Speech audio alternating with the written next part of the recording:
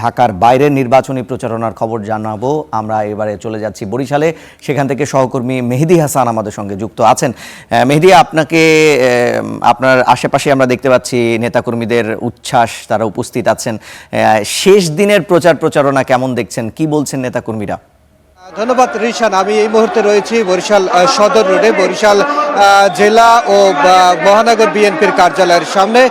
আজকে যেহেতু শেষ দিন প্রচারণার, এই শেষ দিনে বিএনপি গণমিছিলের আয়োজন করেছে। গণমিছিল পূর্ববর্তী সময়ে গণসমাবেশ চলছে।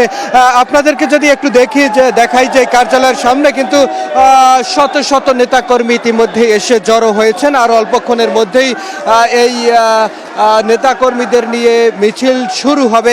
যেহেতু বিগত 4 তারিখে বরিশাল সফর করেছেন বিএনপির শীর্ষ নেতা তারেক রহমান, এবং তার সফরের পরেই কিন্তু ঐক্যবদ্ধ হয়ে উঠেছে বিএনপি, এবং বিএনপির নেতাকর্মীরা উচ্ছ্বসিতভাবেই তারা বলছেন যে আগামী 12 তারিখের যে ভোট, সেই ভোটে বিএনপিকে জয়যুক্ত করে নিয়ে আসবে।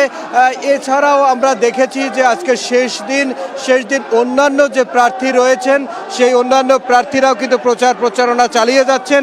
আজকে ইসলামী আন্দোলনের পক্ষ থেকেও মেহেন্দিগঞ্জে, বাকেরগঞ্জে সহ বেশ কয়েকটি কর্মসূচি গ্রহণ করা হয়েছে। বাসদের পক্ষ থেকেও কর্মসূচি গ্রহণ করা হয়েছে।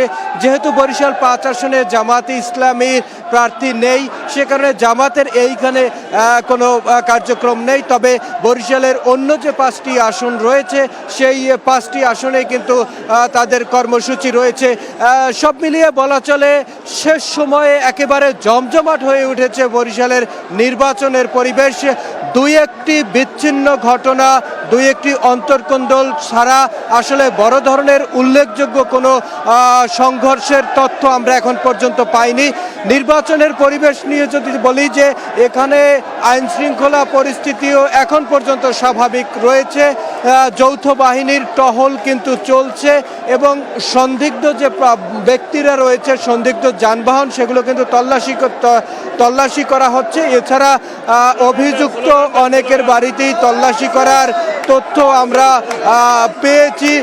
ফলে এবং আমাদেরকে এখানকার আইন শৃঙ্খলা রক্ষাকারী বাহিনীর যে শীর্ষ কর্মকর্তারা রয়েছেন, তারা কিন্তু বলছেন যে কোনো উপায়ে এই নির্বাচনটিকে তারা সফল করবেন এবং নির্বাচনকে নিরপেক্ষ করবেন।